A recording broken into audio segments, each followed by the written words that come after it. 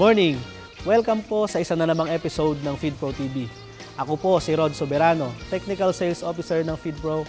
Ako po ang inyong host ngayong umagang ito. Sa pag-aalaga po ng baboy, mahalaga po na magkaroon po tayo ng talaan o monitoring sa ating pakain. Alam naman po natin na ang pakain ang pinakamalaking input sa pag-aalaga ng baboy.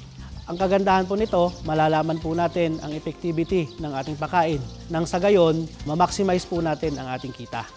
Ngayong araw ay ating tatalakayin kung paano natin malaman kung paano sukatin ang pagiging epektibo ng ating pakain.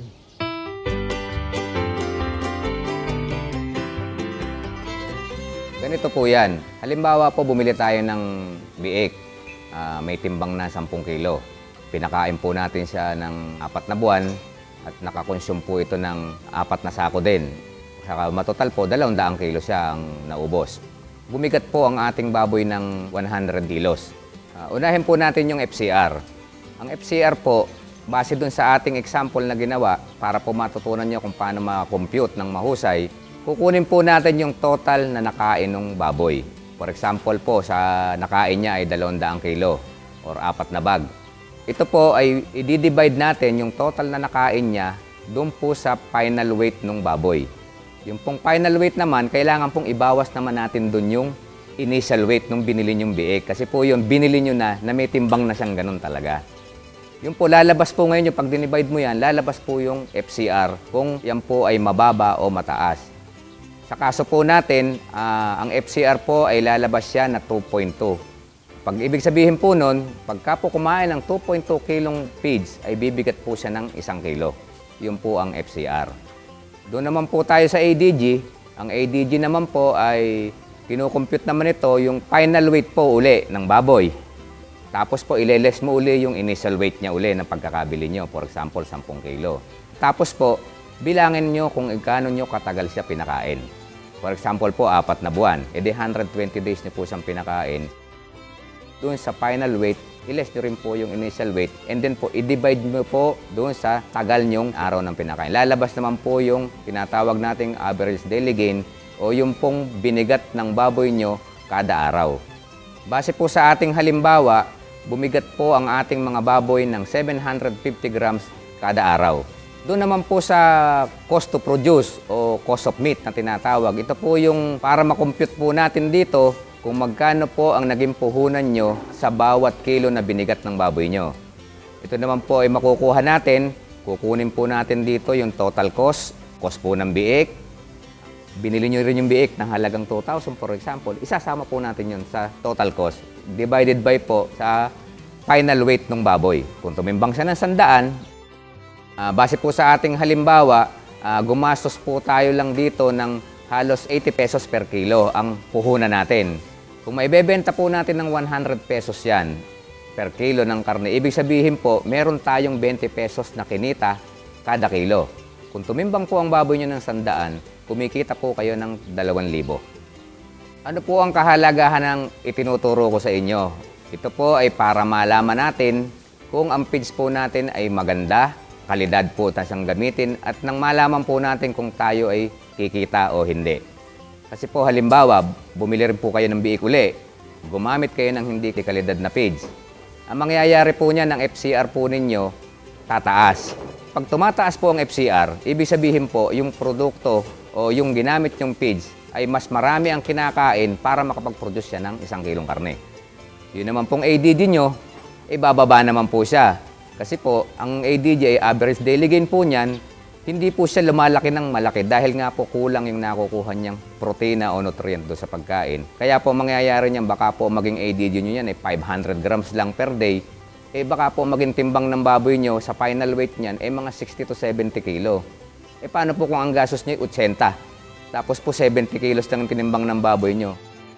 Tandaan po natin na hindi ko po mura ang feeds na ating binili ay makakatipid na po tayo. Kailangan pong sukatin natin sa pamamaraan pong tinuro ko sa inyo. Malalaman nyo po ang kalidad ng produkto na ating ginagamit. Kami po sa FeedPro, ang inyo pong hanap buhay, ang FeedPro po ang lagi nyong kaagapay. Mahalaga pala na magkaroon tayo ng monitoring sa effectivity ng ating pakain. Ito pala ang magdidikta kung tayo ba ay makakatipid sa ating pakain at ito din ang magdidikta sa ating magiging kita. Bukod dito, ano pa ba ang mga makakaapekto sa performance ng ating mga alagang baboy?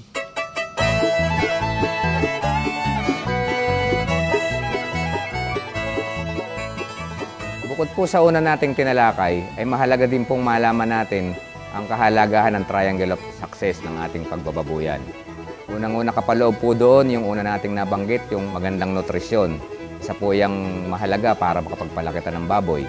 Pangalawa po doon sa triangle of success ay yung pong genetics o yung lahi. Yung lahi po, kung yan po ay hindi maganda ang lahi nating nakuhang baboy, makaka-apekto rin po ito sa kanilang paglaki. At ang pangatlo po niyan ay yung pong tinatawag nating management. Ito po ay nakapaloob naman dito kung paano natin aalagaan ng maayos ang ating mga baboy. Kaya nga po ay lagyan natin ng tender loving care ang ating mga alaga.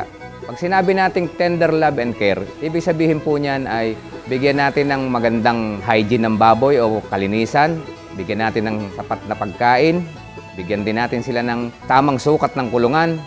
At pagka po nakumpleto natin ang triangle of success na ating nabanggit kanina, ay nakasisiguro po tayo na tayo ay magtatagumpay sa ating pagbababuyan. Malaking bagay pala ang ginagampanan ng lahi sa ating pag-aalaga ng baboy at ang ating proper management sa pag-aalaga, lalong-lalo na ang effectivity ng feeds na ating ipapakain nang sa gayon ma-maximize natin at mas mapalaki natin ang ating kita. Ano kaya ang masasabi ng ating mga customer ukol dito? Maganda po talaga ang FeedPro. Sa katunayan po sa aking naging karanasan dito sa FeedPro, ang mga baboy ko sa loob lang ng 3 buwan at 3 linggo, umabot ang baboy ko yung timbang ng baboy ko ng 105 kada isa. Sa katunayan po, sa aking monitoring, ang FCR po ng aking baboy ay 2.4 at ang kanyang average daily gain ay umabot ng 856 grams. Tapos ang aking naging cost to produce ay 85 pesos per kilo po. So, ima-minus ko po sa live weight na 105, ang lalabas po ay kumita po ako ng 20 pesos per kilo sa aking baboy. So, kung ita-times po natin sa 105 ang 20, ang aking kinita po sa bawat isang baboy ay umabot ng 2,100 po. Ngayon, kung ita-times po natin sa 23 yung 2,100, kumita po ako ng 48,300. Sobrang saya ko po kasi na-discover ko po itong feeds na FeedPro. Dahil hindi ko po ito naranasan sa ibang feeds na aking ginamit noon. Sa FeedPro, lumaki ang kita ko, gumaan ang trabaho ko, nawala ang masangsang na amoy, at kampante ako sa sarili ko na ligtas ang karne na aking ibigay sa mga tao. Dahil ang FeedPro ay pro-natural at walang halong chemical or antibiotics. Mahalaga pala na dapat malaman natin ang ibig sabihin ng FCR, ADG at pagkuha ng cost to produce upang malaman natin kung ang pag-aalaga po ng ating mga baboy ay kumikita. Mahalaga din na malaman natin ang wastong lahi, wastong pag-aalaga at higit sa lahat ang wastong pakain gamit ang natural feeds na FeedPro. Para po sa inyong mga karagdagang katanungan, maaari po kayong makipag-ugnayan sa mga numero na inyo pong makikita sa inyong TV screen. O kaya naman po, bisitahin nyo po ang aming website www.feedpro.ph. Muli, ako po si Rod Soberano, Technical Sales Officer ng FeedPro dito po sa Nueva Ecija, na nagsasabing mabuhay po ang mga nag-aalaga ng baboy.